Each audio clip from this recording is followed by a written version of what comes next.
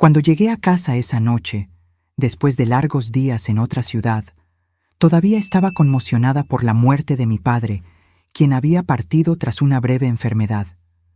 Pero nada podría haberme preparado para lo que me esperaba. Apenas crucé la puerta, oí golpes que venían del sótano, débiles, casi ahogados. Cuando bajé a ver qué era, encontré a mi esposo, Ricardo, casi sin vida, deshidratado, tembloroso y encadenado. Descubrí que había estado allí, preso durante 2 semanas. Pero lo peor estaba por venir. Cuando pregunté quién había hecho aquello, él susurró: «Adriana, nuestra hija». Entonces me congelé, pero yo le daría lo que se merece. Pero antes de continuar, revisa si ya estás suscrito al canal y escribe en los comentarios: ¿desde dónde estás viendo este video? Nos encanta saber hasta dónde están llegando nuestras historias. Después de 15 días fuera de casa, todo lo que quería era volver a la normalidad. El entierro de mi padre en Guadalajara había sido devastador. Un derrame cerebral fulminante se lo llevó sin darnos tiempo para despedidas. Como hija única, tuve que encargarme de todo: funeral, burocracia, su casa, las cuentas. Cada día lejos de Ricardo me dejaba más ansiosa. Mi esposo sufre de esclerosis múltiple desde hace 5 años. La enfermedad aún está en una etapa inicial, pero tiene días buenos y días malos. Necesita medicación regular y, ocasionalmente, ayuda para tareas básicas cuando los temblores empeoran. Adriana, nuestra hija de 34 años, se ofreció a quedarse con él mientras yo estaba fuera. «No te preocupes, mamá», me dijo cuando llamé desde el aeropuerto. «Papá está bien. Estamos viendo esos documentales aburridos de historia que tanto le gustan». Le creí, claro. ¿Por qué no lo haría? Durante la primera semana, hablábamos a diario. Ricardo parecía cansado en las videollamadas, pero lo atribuí al estrés de mi ausencia y a la progresión natural de su enfermedad. En la segunda semana, sin embargo, las llamadas empezaron a fallar. Mensajes cortos de Adriana: «Papá está descansando ahora. Tomó una pastilla para dormir. Mejor no molestar. Hoy fue un día difícil». Cuando intentaba hablar directamente con Ricardo, ella decía que estaba durmiendo o en la regadera. Al principio no sospeché. Estaba demasiado ocupada lidiando con el inventario de mi padre, firmando papeles, vendiendo lo que necesitaba ser vendido. El vuelo de regreso a la Ciudad de México aterrizó a las 7 de la noche. Tomé un taxi directo a casa en Polanco, exhausta pero aliviada de por fin poder abrazar a Ricardo. 15 días se sintieron como una eternidad. La casa estaba completamente oscura cuando llegué. Me pareció extraño. Eran solo las 8:30 de la noche y Ricardo normalmente dejaba las luces de la sala prendidas hasta tarde. «¿Ricardo?», llamé al abrir la puerta. Ninguna respuesta. Arrastré mi maleta hacia adentro y encendí las luces. La casa se veía diferente. Había cajas apiladas en la esquina de la sala que nunca había visto. El sofá estaba en una posición distinta. Las medicinas de Ricardo, que normalmente estaban organizadas en la barra de la cocina, no estaban allí. Fue entonces cuando lo oí. Un sonido sordo, como alguien golpeando algo de madera. Venía de abajo, del sótano. Mi corazón se congeló. «¿Ricardo? ¿Estás ahí abajo?».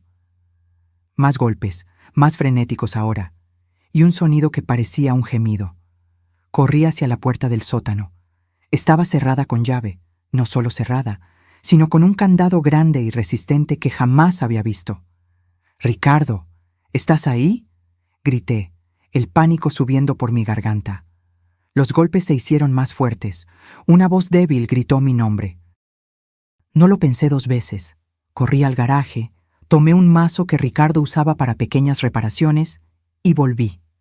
3 golpes violentos y el candado se rompió. Abrí la puerta y el olor me golpeó como un puñetazo.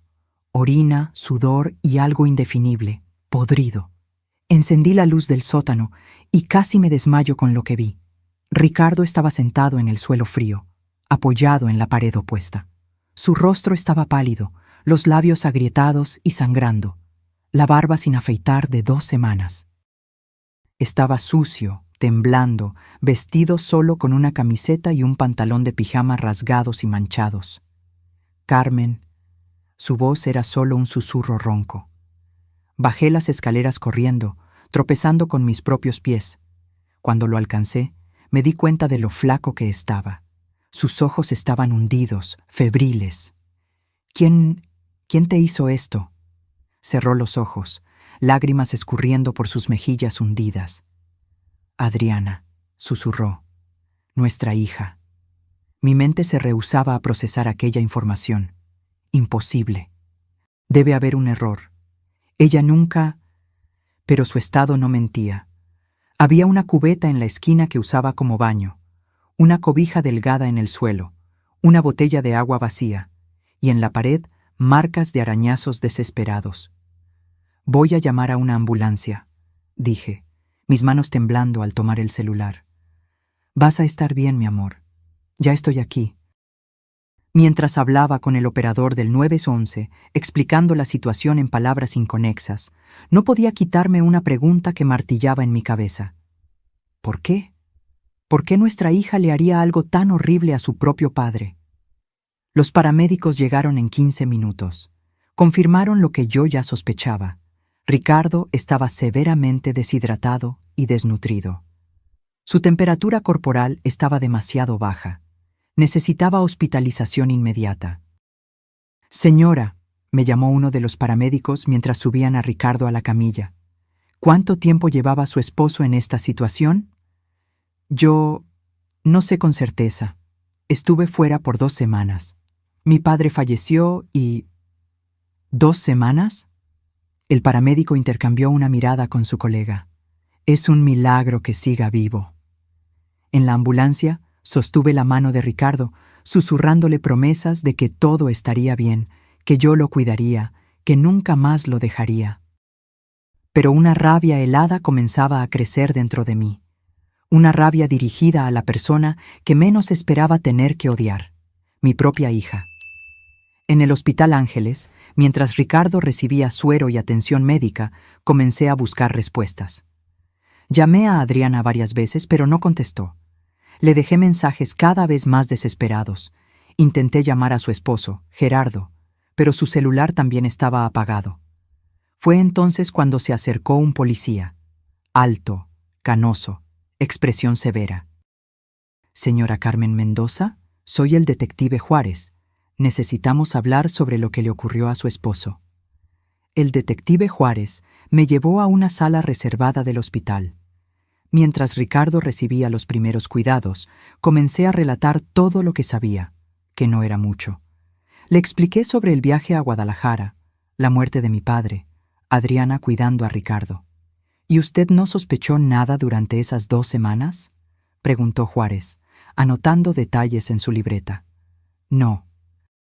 Quiero decir, Adriana se volvió más evasiva en las llamadas. Decía que Ricardo estaba durmiendo o en la regadera, que la esclerosis le estaba causando mucha fatiga. Lo encontré extraño, pero... Mi voz se quebró. Dios mío, ¿cómo pude ser tan ciega? El detective mantuvo el rostro impasible. Señora Mendoza, necesitamos verificar su casa.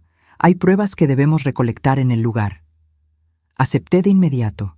Quería respuestas tanto como él. Mientras Ricardo era tratado, volví a casa acompañada por el detective y 2 policías más. La casa fue declarada escena del crimen. Tomaron fotos del sótano, del candado roto, de la cubeta, de la cobija delgada. Documentaron todo. Fue cuando comencé a notar otras cosas extrañas. Las medicinas de Ricardo habían desaparecido por completo. Su celular no estaba por ningún lado. Y en el escritorio de la oficina encontramos la laptop de Adriana, olvidada en su prisa. «Detective», llamé, mirando la pantalla. «Creo que debe ver esto». Él se acercó. La laptop estaba encendida, con varias ventanas abiertas, extractos bancarios, transferencias, documentos digitalizados, una carpeta llamada España. «¿Puedo?», preguntó, señalando la computadora. Asentí. En los siguientes 30 minutos, una historia horripilante comenzó a tomar forma. Adriana había accedido a las cuentas bancarias conjuntas mías y de Ricardo. Había transferido 1.500.000 pesos mexicanos, casi todos nuestros ahorros, a una empresa llamada Inversiones El Dorado. Una búsqueda rápida mostró que esa empresa pertenecía a su esposo, Gerardo. «Eso explica las cajas en la sala», murmuré. Estaban vaciando la casa. El detective abrió un documento digitalizado. Era un poder notarial a nombre de Ricardo, dándole a Adriana plenos poderes para gestionar sus finanzas y propiedades. La firma de Ricardo estaba allí, pero claramente falsificada, demasiado temblorosa, diferente a su patrón. En la carpeta España había correos electrónicos intercambiados con una inmobiliaria en Madrid, confirmando el alquiler de un apartamento por 6 meses, comenzando la próxima semana. También había reservas de boletos de avión a nombre de Adriana y Gerardo, solo de ida. «Iban a huir», dijo el detective, con la voz fría. Probablemente pretendían vaciar las cuentas, tomar todo lo de valor en la casa y desaparecer. «¿Y Ricardo?», pregunté, mi voz casi desvaneciéndose. El detective me miró con ojos que ya habían visto demasiado en esta vida. Probablemente nunca pretendieron que sobreviviera esas 2 semanas. La comprensión del plan me golpeó como un rayo. Adriana y Gerardo planeaban dejar que Ricardo muriera en ese sótano. Cuando yo regresara, encontraría su cuerpo. En la confusión del luto, tal vez ni siquiera me daría cuenta de inmediato del dinero faltante. Cuando lo hiciera, ellos ya estarían lejos, en otro país. ¿Pero por qué?, lloré, las lágrimas finalmente cayendo a cántaros. ¿Por qué nuestra propia hija haría algo así? El detective señaló un intercambio de correos entre Gerardo y un tal Carlos. El asunto: inversiones cripto urgentes. Por lo que estoy viendo, el esposo de su hija está metido en algún esquema. Probablemente perdió dinero en criptomonedas o alguna inversión de alto riesgo. Necesitaba dinero rápido para cubrir las pérdidas. Mientras buscábamos más, encontramos conversaciones en WhatsApp entre Adriana y Gerardo que el detective recuperó con una herramienta forense. Mensajes que confirmaban nuestros peores temores. «No deja de preguntar por Carmen, se está poniendo agitado. Adriana, dale más de la pastilla para dormir. Mézclala con la poca agua. Gerardo, ¿y si se muere antes de que ella regrese? Adriana, mejor aún. Menos complicaciones». Gerardo, vomité en el baño después de leer aquello. Mi propia hija, dispuesta a matar a su padre por dinero. La niña que cargué en mi vientre por 9 meses, a quien enseñé a caminar, a quien le sequé las lágrimas cuando se caía y se lastimaba. ¿Cómo era esto posible? El detective Juárez llamó a la central y emitió una alerta de búsqueda para Adriana y Gerardo. «Los encontraremos», prometió. Con estas pruebas no tienen a dónde huir. Volví al hospital, el cuerpo pesado como plomo, la mente intentando procesar la magnitud de la traición. Ricardo estaba despierto cuando entré en el cuarto, recibiendo suero y medicación. Aún se veía frágil, pero sus ojos estaban más alertas. «Carmen», susurró, extendiéndome la mano. Sostuve su mano entre las mías, besándola suavemente. «Estoy aquí, mi amor. No me iré a ningún lado». «Adriana», comenzó, pero puse un dedo en sus labios. «La policía la está buscando. No te preocupes por eso ahora. Solo descansa, por favor». Cerró los ojos, una lágrima escurriendo por su rostro flaco. «Ella me dijo que tú habías llamado, que tú sabías que yo estaba en el sótano, que tú habías estado de acuerdo». Mi corazón se partió en 1000 pedazos. «No, Ricardo, nunca. Yo no sabía nada. Vine a casa tan pronto como pude, lo juro por lo más sagrado». Asintió levemente, como si ya lo supiera, pero necesitaba oírlo de todas formas. «¿Por qué, Carmen? ¿Por qué nuestra hija?» «Dinero», respondí simplemente. «Querían nuestro dinero». Ricardo cerró los ojos de nuevo. el dolor en su rostro superando cualquier incomodidad física. Aquella noche, dormí en una silla al lado de su cama. Los médicos dijeron que necesitaría quedarse internado por al menos una semana. Desnutrición, deshidratación, hipotermia leve, infección urinaria comenzando. La lista de problemas parecía interminable. Me despertó mi celular vibrando. Era el detective Juárez. Señora Mendoza, encontramos a su hija y a su esposo. Adriana y Gerardo fueron encontrados en un hotel cercano al Aeropuerto Internacional de la Ciudad de México. Se estaban preparando para tomar el vuelo a Madrid a la mañana siguiente. La policía encontró con ellos pasaportes, 15,000 pesos mexicanos en efectivo y joyas. Mis joyas que habían desaparecido de la casa.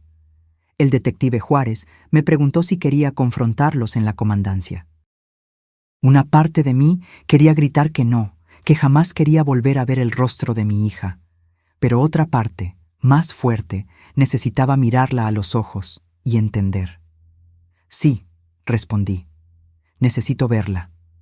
Ricardo todavía estaba en el hospital, así que le pedí a mi vecina y amiga de muchos años, Sofía, que se quedara con él mientras yo iba a la comandancia. Él todavía estaba demasiado débil para entender completamente lo que estaba sucediendo, y yo lo prefería así, que se recuperara primero. La comandancia era un edificio gris e impersonal en el centro de la ciudad. Fui llevada a una sala con una mesa de metal y sillas incómodas. El detective Juárez me acompañó. «Vamos a traer a su hija primero», explicó. «Separamos a los dos para el interrogatorio. Es mejor así». Asentí, el corazón latiendo como un tambor en mi pecho. ¿Qué le diría? ¿Qué podría posiblemente decirle a la persona que intentó matar a su propio padre? La puerta se abrió y Adriana entró, escoltada por una oficial de policía. Estaba usando la misma ropa de siempre, jeans, camiseta blanca, cabello recogido en una cola de caballo. Se veía tan normal, como si no fuera capaz de monstruosidades. Nuestros ojos se encontraron, los de ella, rojos de tanto llorar, los míos, secos de tanto horror. «Mamá», susurró, intentando extenderme las manos. Las esposas limitaban su movimiento. «No me llames así», respondí, mi voz más firme de lo que esperaba. «Perdiste ese derecho». Ella comenzó a llorar, sollozando como hacía cuando era niña, y se lastimaba. Pero esta vez no sentí ningún impulso de consolarla. «¿Por qué?», pregunté simplemente. «Explícame cómo pudiste hacerle esto a tu padre». Entre sollozos, una historia confusa comenzó a surgir. Gerardo tenía problemas con juegos de azar. Había perdido mucho dinero en apuestas en línea y luego intentó recuperarlo todo con inversiones arriesgadas en criptomonedas. Estaba hundido en deudas. Debía dinero a gente peligrosa. «Nos amenazaron con matarnos, mamá», me imploró. «No lo entiendes. Estábamos desesperados». «¿Entonces decidiste matar a tu padre? ¿Esa fue tu solución?» «No era para que muriera», dijo, la voz baja. «Solo necesitábamos tiempo para tomar el dinero y desaparecer antes de que ustedes lo descubrieran». «Lo encerraste en un sótano por 2 semanas, Adriana, sin comida suficiente, sin agua suficiente. ¿Qué esperabas que pasara?»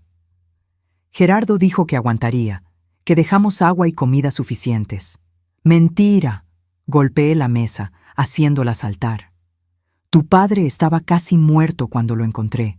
El doctor dijo que 1 o 2 días más y habría muerto de deshidratación». Ella bajó la cabeza, los hombros sacudiéndose con los sollozos. «Fue idea de Gerardo. Dijo que necesitábamos el dinero. Que no teníamos elección». «Siempre tenemos elección, Adriana», respondí, la decepción en mi voz más cortante que cualquier grito.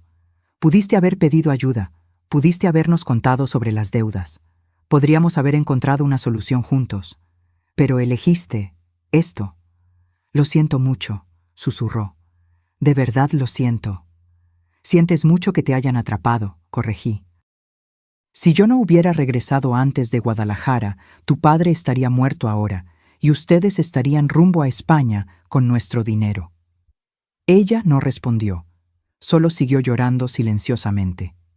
El detective Juárez, que había estado observando en silencio, habló. Señora Adriana Mendoza está siendo formalmente acusada de tentativa de homicidio calificado, privación ilegal de la libertad agravada, maltrato contra persona vulnerable, fraude y robo calificado. Su esposo enfrenta las mismas acusaciones. La pena para estos crímenes puede llegar a 30 años de prisión. Adriana levantó el rostro, pálida como un fantasma. ¿30 años? Mínimo, confirmó el detective. El juez tomará en consideración la crueldad del método, la vulnerabilidad de la víctima debido a su enfermedad y la relación de confianza que se rompió. Sentí una calma extraña envolverme.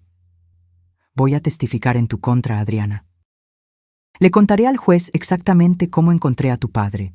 Mostraré las fotos que tomé de su estado. Mamá, por favor, me imploró, no hagas esto. Fue un error, un terrible error. No arruines mi vida por un error. Tú intentaste arruinar la vida de tu padre de forma permanente, respondí, levantándome. De hecho, intentaste acabar con su vida. Quien le hace esto a su propio padre es capaz de cualquier cosa. Eres una persona peligrosa, Adriana. La oficial se la llevó, todavía llorando e implorando. No miré hacia atrás. El detective me llevó a otra sala, donde Gerardo estaba siendo interrogado. A diferencia de Adriana, él parecía tranquilo, casi indiferente. «Señora Carmen», me saludó cuando entré, como si estuviéramos en una reunión social. «Eres un monstruo», respondí simplemente. Él se encogió de hombros. «Negocios son negocios, nada personal.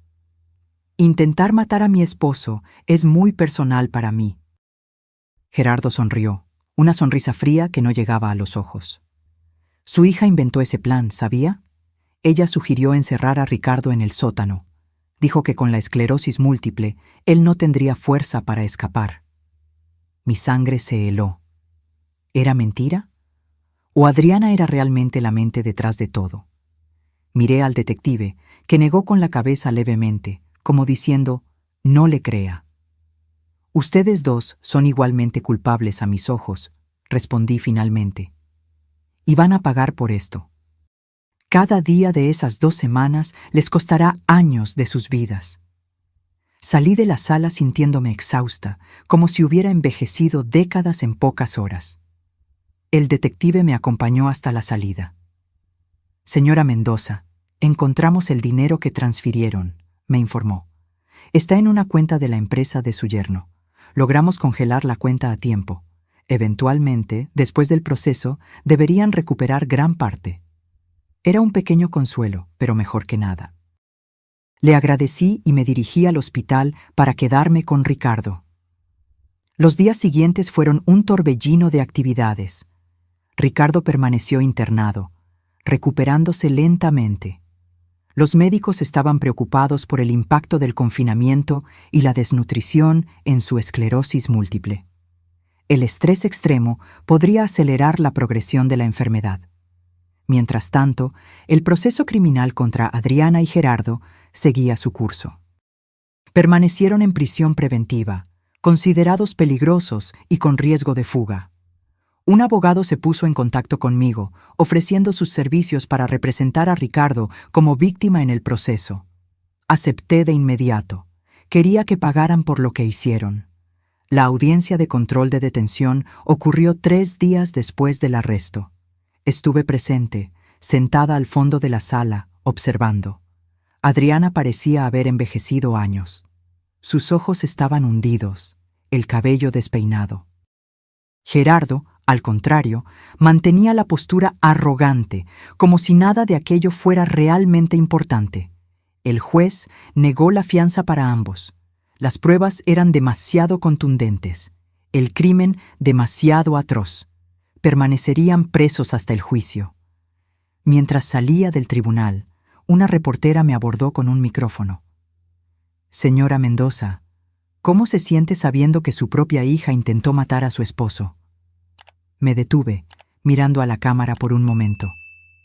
«¿Cómo cree que me siento?» «Traicionada». destrozada, como si todo el amor y el cuidado que dediqué a mi hija durante 34 años no significaran nada para ella. Pero ¿sabe qué es peor? Ver a mi esposo, un hombre enfermo que solo necesitaba amor y cuidado, mirarme y preguntar por qué su hija quería que muriera. No tengo respuesta para eso. La reportera intentó hacer más preguntas, pero me alejé. No quería más exposición. Cuando volví al hospital, encontré a Ricardo despierto mirando por la ventana. Se veía mejor físicamente. La hidratación intravenosa y la alimentación balanceada ya hacían efecto. Pero sus ojos estaban vacíos, sin la luz que siempre los caracterizó, incluso después del diagnóstico de la esclerosis. «Hola», dije suavemente, sentándome al lado de su cama. «Hola», respondió, volteándose hacia mí. «¿Adriana? Va a seguir presa, ella y Gerardo. El juez negó la fianza». Asintió levemente, como si ya lo esperara. «¿Cuánto tiempo?» «Aún no sabemos». El abogado dice que, con todas las acusaciones, podrían ser de 20 a 30 años. Ricardo cerró los ojos, una lágrima solitaria escurriendo por su rostro. Nuestra hija, en la cárcel por décadas. ¿Cómo llegamos a este punto, Carmen? Sostuve su mano, apretándola suavemente. No sé, mi amor. Realmente no lo sé. Casi muero ahí abajo, susurró después de un largo silencio. Sabía que iba a morir. Los primeros días gritaba por auxilio, golpeaba la puerta hasta que mis manos sangraron. Después me debilitaba demasiado. El agua se acabó, la comida se acabó. Alucinaba, te veía entrando por la puerta, llamando mi nombre. Tragué el nudo en la garganta. Lamento no haber regresado antes. No es tu culpa, afirmó apretando mi mano. Me salvaste la vida, Carmen. Si hubieras llegado un día después. No pude contener las lágrimas. Abracé a Ricardo cuidadosamente, consciente de su fragilidad. Nunca más dejaré que te pase nada. Nunca más. Los médicos dieron de alta a Ricardo una semana después. Aún estaba débil. Necesitaba recuperar el peso perdido y recuperarse psicológicamente del trauma. Volvimos a casa, la misma casa donde casi muere, pero no teníamos otro lugar a donde ir. La primera noche fue la más difícil. Ricardo se rehusó a entrar al cuarto que compartíamos con Adriana. Improvisé una cama en la oficina, lejos del sótano, lejos de los recuerdos. No pude dormir. La casa parecía embrujada por los fantasmas de lo que había ocurrido. Con cada crujido de la madera, con cada ruido del viento, yo me despertaba sobresaltada, pensando que Adriana o Gerardo habían vuelto para terminar lo que comenzaron. Fue alrededor de las 3 de la mañana que encontré a Ricardo sentado en la sala, en la oscuridad, mirando una foto familiar en la pared. Los tres sonreíamos a la cámara frente a la playa de Cancún. Adriana con unos 15 años. «No puedo entender», dijo sin mirarme. «Repaso cada momento de su crianza, cada lección que intenté enseñarle. ¿En qué fallamos, Carmen? ¿Qué hicimos para merecer esto?» Me senté a su lado, pasando mi brazo por sus hombros. «No hicimos nada para merecerlo, Ricardo. Algunas personas simplemente toman decisiones terribles, incluso personas que amamos». «Pensé que conocía a mi hija», murmuró. Pero durante esos días en el sótano, cuando ella bajaba a dejar un poco de agua o comida, yo no reconocía a la persona que veía.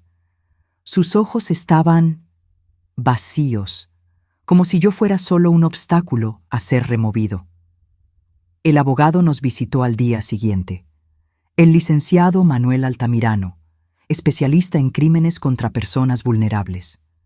Vino a tomar nuestro testimonio detallado y a explicar el proceso.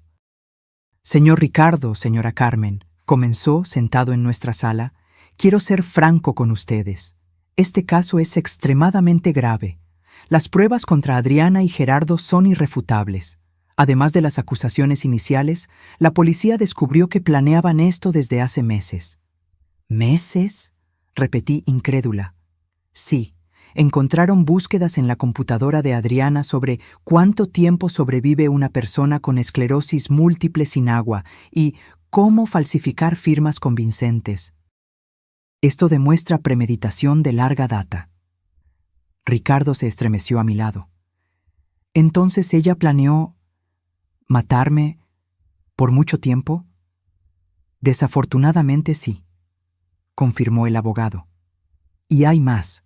Descubrieron que Gerardo está involucrado en esquemas de lavado de dinero a través de casas de apuestas en línea. Debía cientos de miles a prestamistas. Probablemente fue el catalizador para el plan. ¿Y nuestro dinero?, pregunté. Como les informó el detective, logramos bloquear la cuenta de su empresa a tiempo. Deberían recuperar cerca del 90% del valor. Pero hay otra cuestión. Dudó. ¿Cuál?, insistió Ricardo. Adriana quiere hacer un trato. Está dispuesta a testificar contra Gerardo, alegando que fue coaccionada y amenazada por él. A cambio, quiere una reducción de pena. Miré a Ricardo, sintiendo la rabia hervir dentro de mí. Ella está mintiendo. Vi los mensajes. Ella participó activamente en el plan. El licenciado Altamirano asintió. Sí, y la fiscalía también lo sabe. Es improbable que acepten el trato en los términos que ella quiere. Pero pensé que debían saberlo. Ricardo permaneció en silencio por un largo momento. Quiero verla, dijo finalmente. Necesito mirarla a los ojos y preguntar, ¿por qué? La visita a la penitenciaría femenil de Santa Marta fue marcada para 2 semanas después. Ricardo aún estaba débil, pero insistió en que necesitaba hacerlo. Necesitaba el cierre que solo una confrontación directa con Adriana podría brindarle. Nos levantamos temprano esa mañana. Ricardo apenas había comido el desayuno, con el estómago revuelto de ansiedad. Yo tampoco estaba mucho mejor. Como madre, jamás imaginé que visitaría a mi hija en una prisión. Como esposa, jamás pensé que estaría acompañando a mi esposo a confrontar a nuestra hija sobre un intento de asesinato. La penitenciaría estaba en las afueras de la ciudad, un complejo gris rodeado de muros altos y alambre de púas. Pasamos por el proceso de revisión e identificación, cada etapa acercándonos al momento que tanto temíamos como anhelábamos. ¿Estás seguro de que quieres hacer esto?, le pregunté a Ricardo mientras esperábamos en la sala de visitas.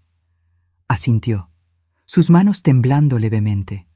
No sé si por los síntomas de la esclerosis o por el nerviosismo. Necesito entender, Carmen. Necesito mirarla a los ojos. La puerta al otro lado de la sala se abrió y Adriana entró, escoltada por una agente penitenciaria. Usaba un uniforme naranja descolorido que parecía demasiado grande para su cuerpo. Había adelgazado. Su rostro, antes lleno de vida, ahora estaba pálido, con ojeras profundas.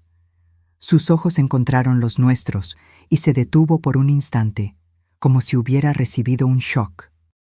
Luego, la agente la condujo hasta la mesa donde estábamos sentados y se retiró a una esquina de la sala, dándonos un mínimo de privacidad. «Papá», susurró, la voz embargada. «Mamá». Ricardo la encaró y vi su expresión endurecerse. Toda la compasión que normalmente cargaba en sus ojos se había disipado. «¿Por qué?», preguntó simplemente. Directo, sin preámbulos. Adriana bajó la cabeza, lágrimas ya escurriendo por su rostro. Yo no sé cómo explicar. «Inténtalo», insistí, mi voz más firme de lo que esperaba. «Se lo debes a tu padre». Ella levantó los ojos, pasando el dorso de la mano por el rostro para secar las lágrimas. Todo fue culpa de Gerardo. Él me manipuló, me presionó. No, Ricardo la interrumpió. No quiero oír esa historia. Vi los mensajes, Adriana. No fuiste manipulada, participaste activamente. Ella se mordió el labio, más lágrimas cayendo. Ustedes no entienden. Él me amenazaba. Decía que si no ayudaba, haría algo peor. ¿Peor que intentar matar a tu propio padre?, pregunté, incrédula. ¿Que encerrarlo en un sótano por 2 semanas, sabiendo que estaba enfermo, sabiendo que necesitaba medicación regular? Las deudas, comenzó, pero la detuve con un gesto brusco. Las deudas se pagan trabajando honestamente. no intentando matar a tus padres para robar sus ahorros, repliqué. Y no me vengas con esa historia de amenazas. Pudiste habernos contado, pudiste haber buscado a la policía. Había 1000 opciones antes de esto. Ricardo se inclinó sobre la mesa, mirando directamente a sus ojos. Quiero que me digas la verdad, Adriana. Una vez en la vida, sé honesta. ¿Por qué? El silencio se extendió entre nosotros, pesado como plomo. Finalmente, Adriana soltó un suspiro tembloroso. El dinero, admitió, la voz casi inaudible. Necesitábamos el dinero. Gerardo debía mucho a gente peligrosa. Apuestas, deudas de juego, inversiones fracasadas. Nos amenazaron con matarlo. Matarnos a los dos. ¿Y tu solución fue intentar matarme? La voz de Ricardo estaba tranquila, lo que la hacía aún más aterradora. No era para que murieras, insistió, mirándonos a ambos. Juro que no. Era solo para que estuvieras, fuera del camino por un tiempo, hasta que consiguiéramos el dinero y saliéramos del país. Adriana, dije pausadamente, controlando la rabia que hervía dentro de mí. Tu padre estuvo encerrado en ese sótano por casi 2 semanas. Sin comida suficiente, sin agua suficiente, sin sus medicinas para la esclerosis. Los médicos dijeron que 1 o 2 días más y habría muerto de deshidratación o hipotermia. Yo dejé agua y comida, protestó. Al principio yo bajaba todos los días. ¿Y después? Preguntó Ricardo. Ella bajó la mirada. Gerardo dijo que era demasiado arriesgado bajar todos los días, que alguien podría ver, desconfiar. Entonces, pasé a ir solo de vez en cuando. Cuando me encontraron, Ricardo dijo lentamente, no había comido en 3 días, no había bebido agua en casi 2. Estaba delirando. Sabía que iba a morir ahí. Adriana sollozó, escondiendo el rostro entre las manos. Perdónenme, por favor, perdónenme. Yo no quería que esto sucediera así. ¿Cómo querías que sucediera entonces? Pregunté, incapaz de contener el sarcasmo. ¿Que tu padre muriera silenciosamente mientras tú huías con nuestro dinero a España? ¿Que yo enterrara a mi esposo sin jamás saber que fue mi propia hija quien lo mató? No, gritó, levantando su rostro rojo y mojado de lágrimas. No era para que muriera, era solo para quedarnos con el dinero e irnos. Ricardo golpeó la mesa con la mano, haciéndola saltar. ¿Y qué crees que me pasaría en ese sótano, Adriana? ¿Cómo esperabas que yo sobreviviera? ¿O simplemente no te importaba? Ella no respondió, solo siguió llorando. El abogado nos contó sobre tu propuesta de trato, continué. ¿Quieres reducción de pena a cambio de testificar contra Gerardo? Ella asintió, secándose el rostro con la manga del uniforme. Él me manipuló, mamá. Me presionó. Yo tenía miedo. Mentira, dijo Ricardo, la voz baja pero firme. Los mensajes de texto prueban lo contrario. Estuviste tan involucrada como él, quizás incluso más. Por favor, imploró, no dejen que me pudra en la cárcel. Soy su hija, su única hija. Miré a Ricardo, viendo el dolor en sus ojos. Dolor no solo físico, sino el dolor profundo de la traición más fundamental que un padre puede sufrir. No, dijo finalmente, no vamos a apoyar ningún trato. Tú y Gerardo merecen pagar por lo que hicieron. Cada minuto de esas 2 semanas en el sótano, Adriana, cada minuto te costará años de tu vida. ¡Papá!, exclamó desesperada. No puedes estar hablando en serio. Soy tu hija. Una hija que intentó matarme, respondió simplemente. Una hija que me dejó morir mientras huía con mi dinero. ¿Qué clase de hija hace eso? Adriana me miró, los ojos suplicantes. Mamá, por favor, habla con él. No puedes dejar que esto suceda. Respiré hondo, sintiendo el peso de cada palabra. Ya no eres mi hija, Adriana. En el momento en que decidiste encerrar a tu padre en ese sótano, rompiste cualquier lazo que nos unía. Ella se desplomó sobre la mesa, sollozando incontrolablemente. La agente penitenciaria se acercó. indicando que nuestro tiempo se estaba acabando. Ricardo se levantó con dificultad, apoyándose en la mesa. Adiós, Adriana. Espero que los años en la cárcel te enseñen el valor de la vida humana, de la vida de tu propio padre. Salimos de la sala sin mirar hacia atrás, dejando a nuestra hija, la persona que un día amamos más que nada, llorando sola en la mesa de visitas. En el coche, de camino a casa, Ricardo finalmente se desmoronó, llorando como un niño. 20 años, sollozó. Nuestra hija pasará 20 años en la cárcel. ¿Cómo pasó esto, Carmen? ¿En qué fallamos? Lo abracé, sintiendo sus lágrimas mojar mi blusa. No fallamos, mi amor. Algunas personas toman decisiones terribles, incluso cuando son criadas con amor. No es nuestra culpa. Pero en el fondo me preguntaba si habría algo que podríamos haber hecho diferente. Alguna señal que ignoramos, alguna falla en la crianza que no percibimos. O si simplemente nuestra hija había elegido el camino de la codicia y la crueldad, a pesar de todo lo que intentamos enseñarle. Los meses siguientes fueron un torbellino de audiencias, reuniones con abogados y preparativos para el juicio. Ricardo mejoraba físicamente, pero la esclerosis múltiple, agravada por el trauma, comenzaba a progresar más rápidamente. Necesitó un bastón para moverse, y los temblores en las manos empeoraron. La fiscal Daniela reunió un caso sólido contra Adriana y Gerardo.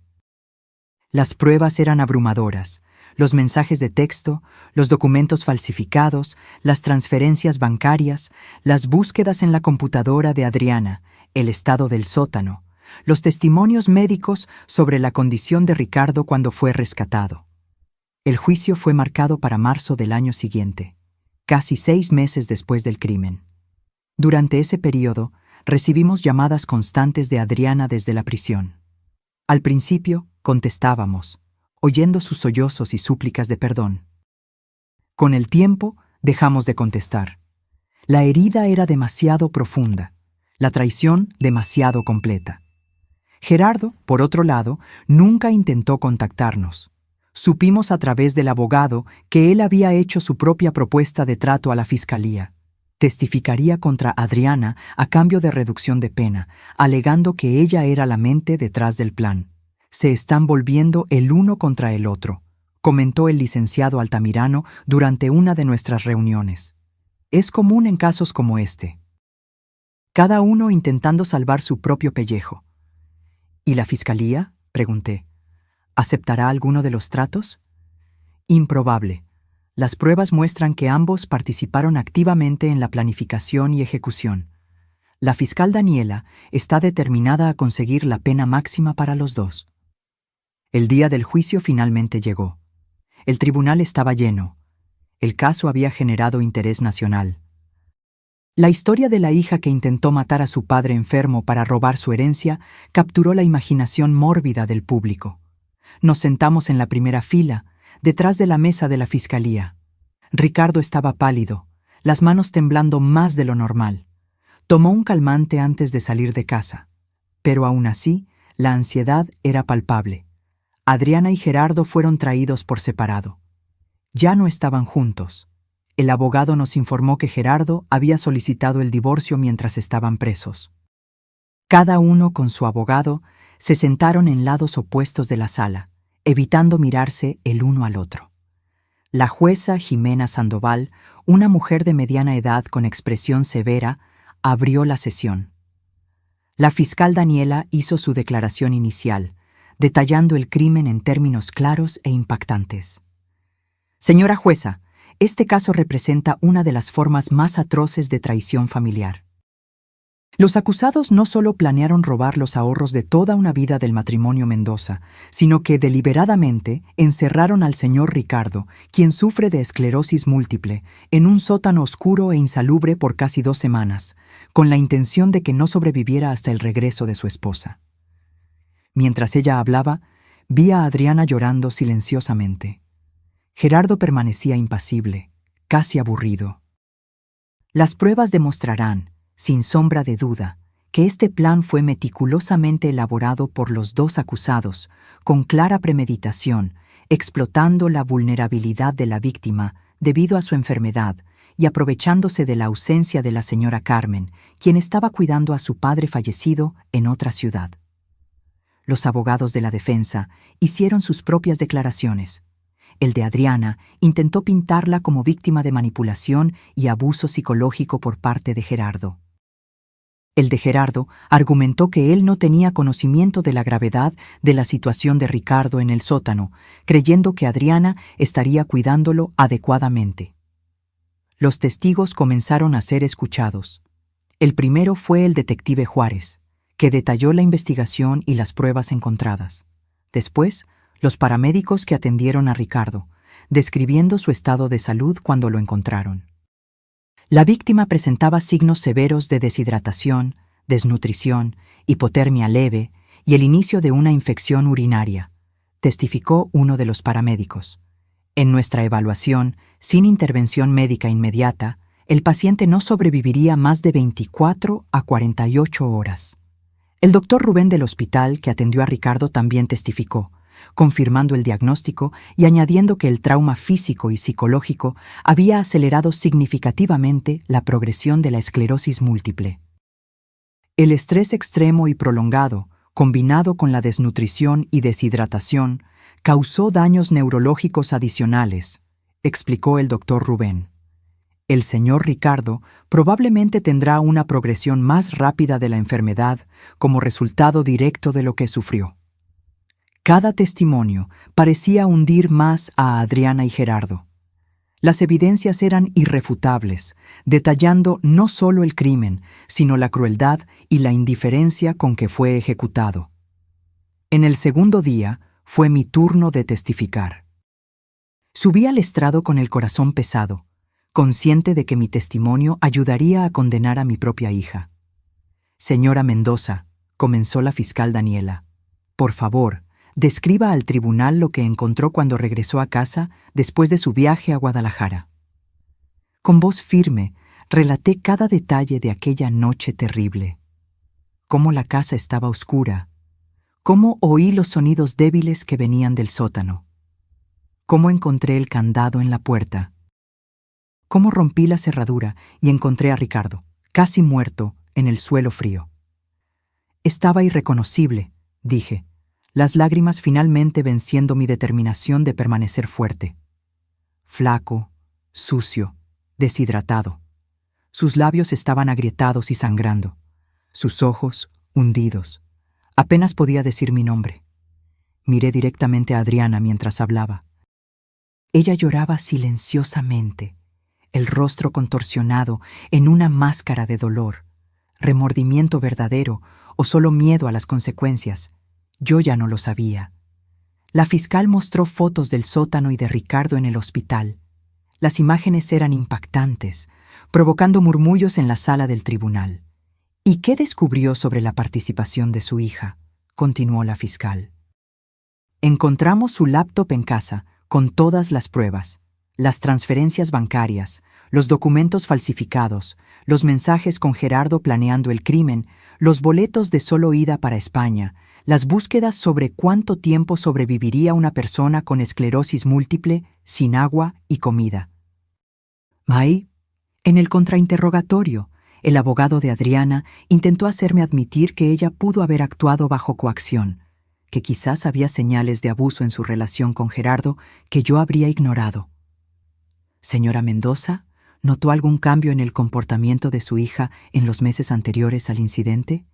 ¿Señales de que podría estar sufriendo presión o abuso? No, respondí firmemente. Adriana siempre pareció feliz y satisfecha en su matrimonio. Nunca demostró miedo de Gerardo o dio cualquier indicación de que estuviera siendo coaccionada. Por el contrario, en los mensajes que encontramos, ella era frecuentemente la que tomaba la iniciativa en las decisiones. El abogado de Gerardo intentó un enfoque diferente, sugiriendo que yo podría estar exagerando la gravedad de la situación debido al shock y al trauma. Señora Mendoza, ¿es posible que, en su estado emocional alterado al encontrar a su esposo, haya interpretado la situación como peor de lo que realmente era? La fiscal Daniela Se levantó de inmediato. Objeción. La testigo está relatando hechos objetivos corroborados por evidencia fotográfica y testimonios médicos. Objeción aceptada, respondió la jueza Sandoval. Abogado, restrínjase a los hechos. Cuando bajé del estrado, sentí un alivio momentáneo. Había hecho mi parte para asegurar justicia para Ricardo. En el tercer día fue su turno de testificar. Debido a su condición de salud, la jueza permitió que permaneciera sentado e hiciera pausas cuando fuera necesario. Señor Ricardo, comenzó la fiscal gentilmente, ¿puede contarnos lo que sucedió el día en que su esposa partió para Guadalajara? Ricardo respiró hondo, las manos temblando sobre su regazo. Era un miércoles. Carmen recibió la noticia de que su padre había fallecido de un derrame cerebral. Estaba conmocionada, necesitaba viajar de inmediato. Adriana se ofreció a quedarse conmigo. Dijo que se encargaría de todo. ¿Y qué sucedió después de que su esposa se fue? El primer día, todo parecía normal. Adriana preparó mis comidas, me ayudó con la medicación. El segundo día, dijo que necesitaba salir a arreglar unas cosas con Gerardo. Regresó por la noche, actuando extrañamente. El tercer día, me pidió que bajara al sótano para ayudarla a encontrar unas cajas viejas. Ricardo hizo una pausa, visiblemente perturbado por los recuerdos. La jueza ofreció agua, que él aceptó con gratitud. Cuando llegamos abajo, Gerardo apareció de repente. Antes de que yo pudiera entender lo que estaba pasando, salieron rápidamente y cerraron la puerta. Oí el sonido del candado. Al principio, pensé que era algún tipo de broma de mal gusto. Grité, pedí que me dejaran salir. Nadie respondió. Lágrimas corrían por el rostro de Adriana. Gerardo mantenía los ojos fijos en el suelo. Adriana regresó unas horas después. Me pidió que me estuviera quieto. Dijo que solo sería por unos días, hasta que resolvieran un problema financiero. Dejó agua y algunos sándwiches. Le imploré que me dejara salir. Le expliqué que necesitaba mis medicinas para la esclerosis. Ella prometió traerlas, pero nunca lo hizo. Ricardo describió en detalle los días en el sótano. Cómo el agua y la comida se acabaron. Cómo el frío del concreto empeoraba sus síntomas. Cómo la oscuridad, después de que la bombilla se quemó, lo enloquecía lentamente.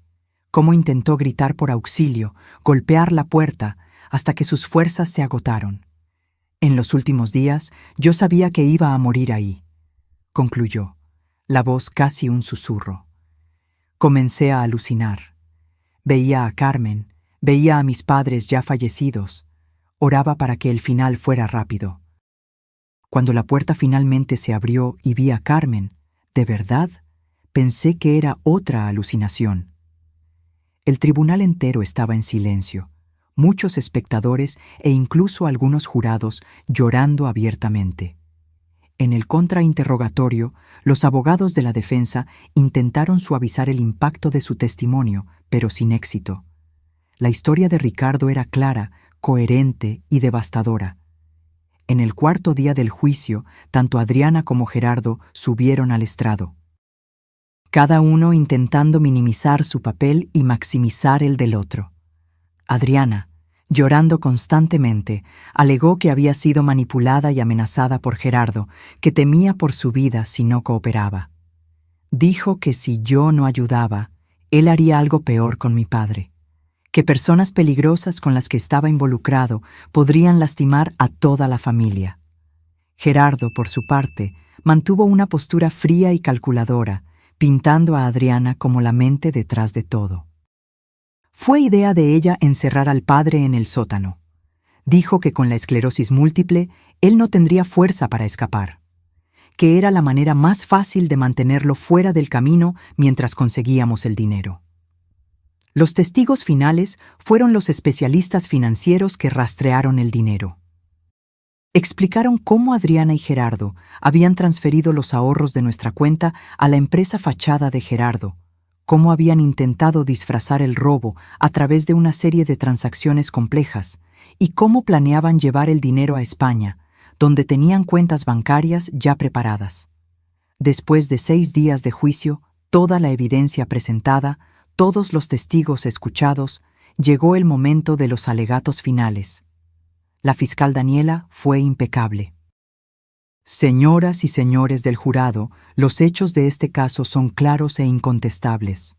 Adriana Mendoza y Gerardo Santos planearon meticulosamente robar los ahorros del matrimonio Mendoza, falsificaron documentos, encerraron a un hombre enfermo en un sótano oscuro e insalubre por casi 2 semanas y pretendían huir del país dejándolo morir. Este no fue un crimen de impulso o desesperación.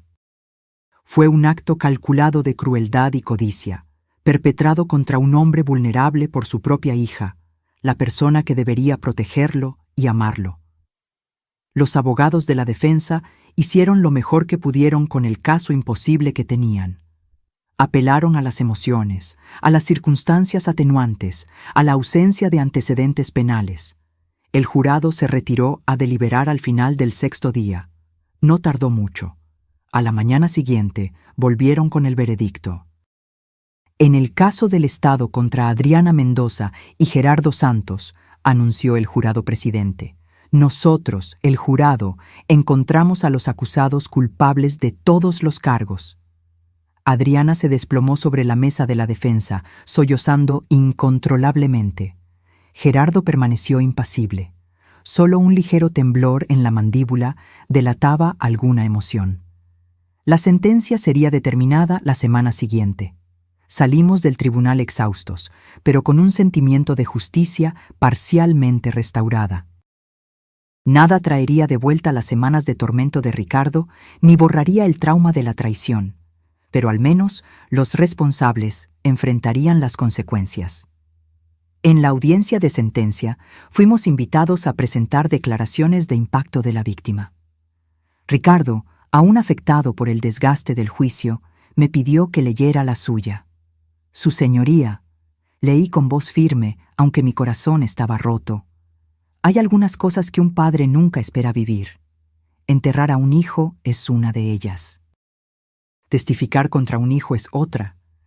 Sobrevivir a un intento de homicidio a manos de la propia hija es algo que ni siquiera mis pesadillas más sombrías podrían haber predicho.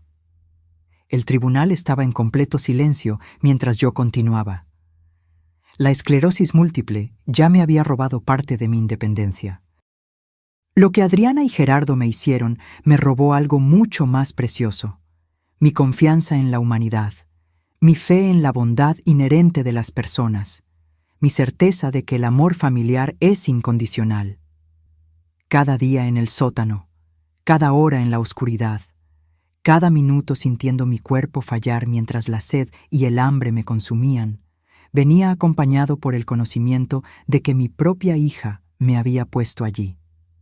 Miré a Adriana mientras leía las palabras de Ricardo. Ella lloraba silenciosamente, el rostro enterrado en las manos. Los médicos me dicen que el trauma aceleró la progresión de mi enfermedad, que probablemente perderé la capacidad de caminar independientemente años antes de lo que se esperaría, que los daños neurológicos son permanentes. Pero la verdadera cadena perpetua no es la que su señoría impondrá hoy a mi hija y a su esposo.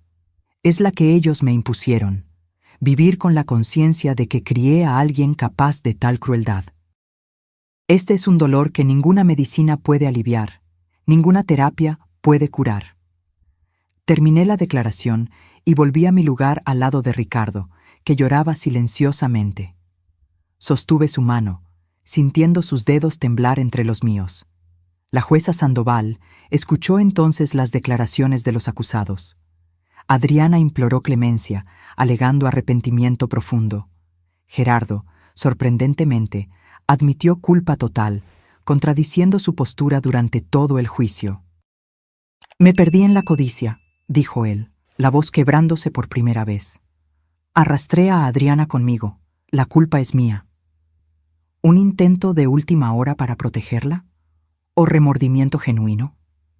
Era imposible saberlo. La jueza consideró todo por unos momentos y luego profirió la sentencia. Adriana Mendoza, Gerardo Santos han sido encontrados culpables de tentativa de homicidio calificado, privación ilegal de la libertad con agravante de víctima vulnerable, fraude calificado, falsificación de documentos y asociación delictuosa. Estos crímenes, por sí solos, ya serían graves, pero la naturaleza de su relación con la víctima los vuelve particularmente atroces. Ella miró directamente a Adriana. Señorita Mendoza, al traicionar la confianza fundamental entre padre e hija, usted violó no solo la ley, sino los principios básicos de la humanidad. Su padre, una persona vulnerable debido a su condición de salud, confiaba en que usted lo protegería. En su lugar, usted lo sometió a un sufrimiento cruel e innecesario por ganancia financiera. Volviéndose hacia Gerardo, continuó: Señor Santos, su codicia e indiferencia por la vida humana son igualmente perturbadoras. Aunque no tenía la misma obligación filial para con la víctima, usted participó activamente en un plan que pudo, y casi, resultó en la muerte de un hombre enfermo e indefenso. La jueza respiró hondo antes de anunciar: considerando la gravedad de los crímenes, la evidente premeditación, la vulnerabilidad de la víctima y la naturaleza de la relación familiar, este tribunal sentencia a Adriana Mendoza a 25 años de reclusión en régimen de prisión. Gerardo Santos es sentenciado a 28 años de reclusión en régimen de prisión, con el agravante de ser el principal beneficiario financiero del esquema criminal. Adriana soltó un grito ahogado. 25 años. Estaría cerca de los 60 años cuando saliera de la cárcel. Además de las penas de reclusión, continuó la jueza, los acusados son condenados a pagar indemnización por daños morales y materiales por el monto de 500,000 pesos mexicanos al señor Ricardo Mendoza, además de la restitución integral de los valores sustraídos. El martillo golpeó, cerrando formalmente el caso. Los oficiales se acercaron para conducir a Adriana y Gerardo de vuelta a la prisión. ¡Papá! ¡Mamá!, gritó Adriana, desesperada, mientras era llevada. ¡Por favor! ¡No me dejen pasar 25 años allá adentro! ¡Por favor! Ricardo no miró hacia atrás. Con dificultad, apoyándose pesadamente en su bastón, se levantó y caminó hacia la salida. Lo seguí de cerca, dándole apoyo físico y emocional. Afuera del tribunal, una multitud de reporteros nos esperaba. Cámaras, micrófonos, preguntas disparadas de todas las direcciones. Señor Mendoza, ¿cómo se siente sabiendo que su hija pasará los próximos 25 años en la cárcel? Ricardo se detuvo, mirando directamente a la cámara más cercana. ¿Cómo me siento?, repitió, la voz cansada pero firme. Siento que se ha hecho justicia, que las decisiones tienen consecuencias, que ni siquiera los lazos familiares pueden justificar lo que se me hizo. Hizo una pausa, lágrimas brillando en sus ojos. Pero también siento una tristeza profunda por saber que la persona que crié, a quien dediqué amor y cuidado durante décadas, fue capaz de tal crueldad. Esa es una herida que nunca cicatrizará completamente. Los meses siguientes al juicio trajeron una nueva normalidad a nuestras vidas. Una normalidad que nunca imaginamos vivir. Sin Adriana, con Ricardo necesitando cuidados cada vez más intensivos, y con la sensación constante de que nuestra familia había sido irremediablemente rota. Logramos recuperar gran parte del dinero que había sido robado, gracias al rápido trabajo de la policía al congelar las cuentas. La indemnización por daños morales se pagaría poco a poco, probablemente a través de cualquier ingreso que Adriana y Gerardo tuvieran en prisión, lo que significaba que veríamos muy poco de eso. Pero el dinero era el menor de los problemas ahora. La condición de Ricardo empeoró más rápidamente de lo que los médicos habían previsto inicialmente. 6 meses después del juicio, ya necesitaba una silla de ruedas para distancias mayores. Sus temblores empeoraron, haciendo difícil incluso sostener un tenedor o cepillarse los dientes sin ayuda. Comencé a trabajar medio tiempo para poder cuidarlo, contratando también a una enfermera que venía 3 veces por semana. La casa donde vivíamos, la misma donde Ricardo había sido mantenido prisionero, se convirtió en un recordatorio constante del trauma. Cada vez que él miraba hacia la puerta del sótano, yo podía ver el miedo en sus ojos. Decidimos mudarnos. Vendimos la casa por un precio por debajo del mercado. Nadie quería comprar un inmueble que había sido escenario de un crimen tan notorio. Y compramos un apartamento en planta baja, adaptado para silla de ruedas, en un barrio tranquilo más alejado del centro. En el nuevo hogar, intentamos reconstruir algún tipo de normalidad. Establecimos nuevas rutinas, hicimos nuevos amigos, buscamos terapia para lidiar con el trauma. A veces, en medio de la noche, Ricardo aún se despertaba gritando, reviviendo aquellos días oscuros en el sótano. Yo lo abrazaba hasta que los temblores pasaban, hasta que su respiración volvía a la normalidad, susurrándole al oído que estaba seguro, que yo nunca más lo dejaría. Las cartas comenzaron a llegar cerca de un año después del juicio. Cartas de Adriana, de la Penitenciaría Femenil de Santa Marta. Al principio, las tiré a la basura sin abrirlas. No quería leer sus disculpas, sus justificaciones, su arrepentimiento tardío. Ricardo tampoco quiso saber de ellas. Hasta que un día, casi 2 años después de lo ocurrido, llegó una carta diferente. No era de Adriana, sino sobre ella, de la directora de la penitenciaría. Estimado señor y señora Mendoza, les escribo para informarles que su hija, Adriana Mendoza, ha sido diagnosticada con cáncer de ovario en etapa avanzada. El diagnóstico fue confirmado después de que presentara síntomas severos en las últimas semanas. Los médicos estiman que le quedan entre 6 meses y 1 año de vida. Adriana ha solicitado permiso para verlos. Entiendo la complejidad de la situación y el trauma que su familia experimentó. Respeto totalmente si desean mantener la distancia. No obstante, como directora de esta institución por más de 20 años, he presenciado situaciones similares y sé que, a veces, un último encuentro puede traer algún tipo de cierre para todas las partes involucradas. Si desean más información o discutir esta posibilidad, por favor, pónganse en contacto con nuestro departamento social. Atentamente, doctora Marcia Oliveira, directora de la Penitenciaría Femenil de Santa Marta. Leí la carta a Ricardo esa noche, después de la cena. Él se quedó en silencio por un largo tiempo, mirando hacia el horizonte a través de la ventana de nuestra sala. «Cáncer», murmuró finalmente. «Tiene 23 años de condena por delante y ahora tal vez no viva ni uno más». «¿Qué quieres hacer?», pregunté suavemente. Él giró la silla de ruedas para mirarme, sus ojos reflejando una mezcla compleja de emociones: rabia, tristeza, confusión y, sorprendentemente, algo que parecía compasión. «No sé, Carmen. Una parte de mí dice que es solo justicia poética, que merece sufrir como me hizo sufrir. Otra parte...» Su voz falló. «Otra parte recuerda a la niñita de 5 años que sostenía mi mano en el parque, que decía que yo era su superhéroe. Me arrodillé al lado de su silla, sosteniendo sus manos temblorosas. Cualquiera que sea tu decisión, estaré a tu lado». Pasamos semanas discutiendo, reflexionando. Ricardo habló largamente con su terapeuta sobre el asunto. Leí más cartas de Adriana, que ahora mencionaban su enfermedad, su miedo, su deseo de ver a sus padres una última vez. Al final, la decisión fue de Ricardo. En una mañana lluviosa de abril, casi 3 años después del crimen, condujimos hasta la penitenciaría. El procedimiento para entrar ya era familiar: identificación, revisión, escolta hasta la sala de visitas. Pero esta vez, la persona que esperábamos ver era casi irreconocible. Adriana estaba flaca, muy flaca. Su cabello, antes largo y brillante, estaba corto y ralo, evidencia de la quimioterapia.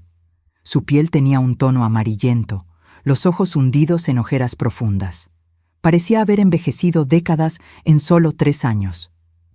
«Papá», susurró cuando Ricardo entró en su silla de ruedas. «Mamá». Nos sentamos en lados opuestos de la mesa, un silencio pesado entre nosotros. «¿Qué se le dice a la hija que intentó matarte, que ahora está muriendo?» «Gracias por venir», comenzó, la voz débil. Sé que no lo merezco. Ricardo la estudió por un largo momento. ¿Por qué pediste vernos, Adriana? Ella respiró hondo, una respiración que parecía causarle dolor. Porque estoy muriendo. Y no quiero morir cargando todo este peso sin al menos intentar explicar, sin al menos decir personalmente cuánto me arrepiento. El arrepentimiento no cambia lo que pasó, respondí, más duramente de lo que pretendía. Lo sé. Ella asintió, lágrimas silenciosas escurriendo por su rostro demacrado. Nada de lo que diga o haga puede cambiar lo que hice. No estoy pidiendo perdón. Solo comprensión, tal vez. Ricardo se inclinó ligeramente hacia adelante. Entonces explícanos, Adriana.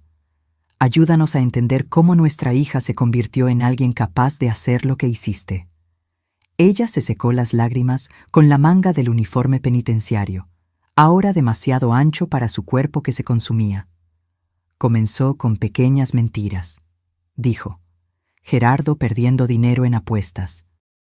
Yo encubriéndolo, escondiéndoles la verdad a ustedes. Luego, las deudas crecieron. Él comenzó a involucrarse con gente peligrosa. Traficantes, prestamistas. Hizo una pausa, su respiración difícil. Un día lo encontré buscando países sin tratados de extradición. Me aterroricé. Él dijo que necesitábamos dinero, mucho dinero, rápido.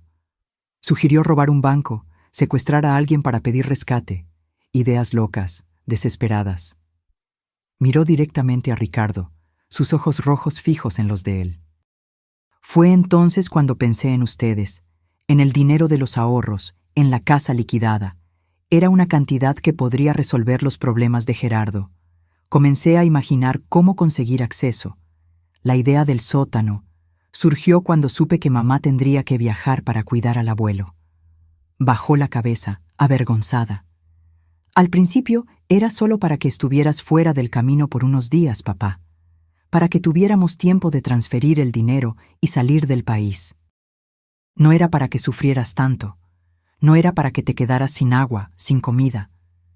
Pero sucedió, dijo Ricardo suavemente. Me dejaste ahí, sabiendo que yo podría morir. Sí. Su voz era solo un susurro. Cuando me di cuenta de cuánto estabas sufriendo, ya era demasiado tarde. No podíamos simplemente liberarte. Nos denunciarías. Entonces, continué, cada día se hacía más fácil ignorar tus súplicas, ignorar lo que estábamos haciendo. ¿Cómo puede una hija hacerle eso a su propio padre?, pregunté, la incomprensión aún atormentándome después de tantos años. Adriana levantó los ojos, rojos de lágrimas. No tengo una respuesta que tenga sentido, mamá. Creo que eso es lo que más me asusta. ¿Cómo pude transformarme en ese monstruo? ¿Cómo pude justificar aquellas acciones? Es como si, por algún tiempo, me hubiera convertido en otra persona. Alguien que no reconozco. Ricardo se quedó en silencio por un largo tiempo, solo observando a su hija. Luego, para mi sorpresa, extendió su mano temblorosa sobre la mesa.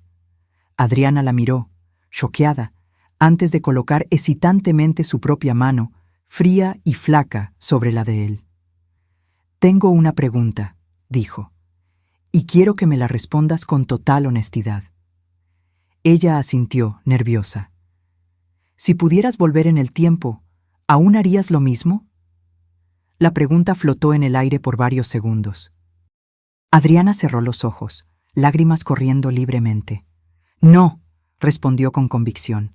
Preferiría haber muerto a manos de esos acreedores que hacer lo que les hice a ustedes, a los dos. Ricardo apretó ligeramente su mano. Te creo. No eran palabras de perdón, no exactamente, pero había en ellas un reconocimiento de la humanidad que le quedaba a Adriana, a pesar de todo. Hablamos por una hora más. Sobre su vida en prisión, sobre su tratamiento para el cáncer, limitado, dadas las circunstancias, sobre Gerardo, quien había sido transferido a otra penitenciaría después de un conflicto con otros internos. Cuando el tiempo terminó, Adriana nos miró con una intensidad desesperada. ¿Puedo preguntar una cosa? Asentimos. ¿Volverán? ¿Antes de que yo me vaya? Ricardo y yo intercambiamos miradas. No habíamos discutido eso aún. Volveremos, respondió Ricardo, para mi sorpresa. No prometemos perdón, Adriana, pero no te dejaremos pasar por esto sola. Ella sollozó, cubriendo su rostro con las manos.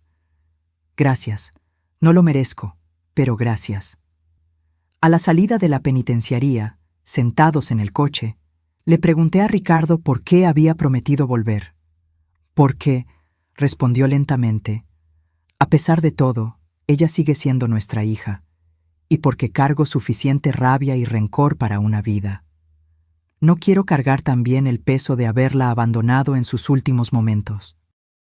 Adriana falleció 8 meses después. Estuvimos con ella en sus últimos días, llevándole fotografías antiguas, contándole historias de su infancia, trayendo un poco de consuelo a sus momentos finales. No la perdonamos completamente.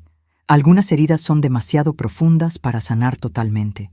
Pero encontramos una forma de paz, una aceptación de lo que había sucedido y una manera de seguir adelante. El funeral fue pequeño. Solo nosotros dos y algunos funcionarios de la penitenciaría que le habían tomado afecto durante su tiempo allí. Gerardo no asistió, aunque había recibido autorización. Ricardo, ahora casi completamente dependiente de la silla de ruedas, arrojó un puñado de tierra sobre el ataúd. «Adiós, hija», susurró, «que encuentres la paz que no pudiste encontrar aquí». Hoy, 5 años después de aquellas terribles 2 semanas en el sótano, todavía estamos reconstruyendo nuestras vidas. La esclerosis múltiple de Ricardo ha progresado significativamente. Necesita ayuda para casi todo ahora, desde vestirse hasta alimentarse. Contratamos cuidadores que nos asisten y adaptamos completamente nuestra rutina. En los días malos, cuando el dolor y la fatiga son intensos, a veces murmura que tal vez habría sido más fácil si hubiera muerto en ese sótano. En esos momentos, sostengo su mano y le recuerdo todo lo que hemos vivido juntos desde entonces.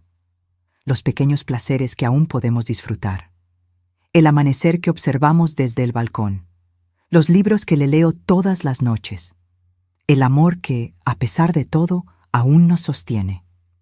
La traición de Adriana nos enseñó dolorosamente que las personas que más amamos pueden ser capaces de las peores crueldades. Pero también nos enseñó sobre la resiliencia, sobre la capacidad humana de sobrevivir a lo impensable. A veces, cuando miro antiguas fotografías familiares, siento una punzada de nostalgia por la vida que teníamos antes, por la inocencia perdida, por la confianza que nunca recuperaremos completamente. Pero luego, miro a Ricardo, a su fuerza silenciosa ante todo lo que enfrentó, y siento una nueva forma de amor crecer, más sabio, más cauteloso, quizás, pero también más profundo. Nuestra historia no termina con un final feliz de cuento de hadas. Termina con la cruda realidad de vidas para siempre alteradas por decisiones terribles.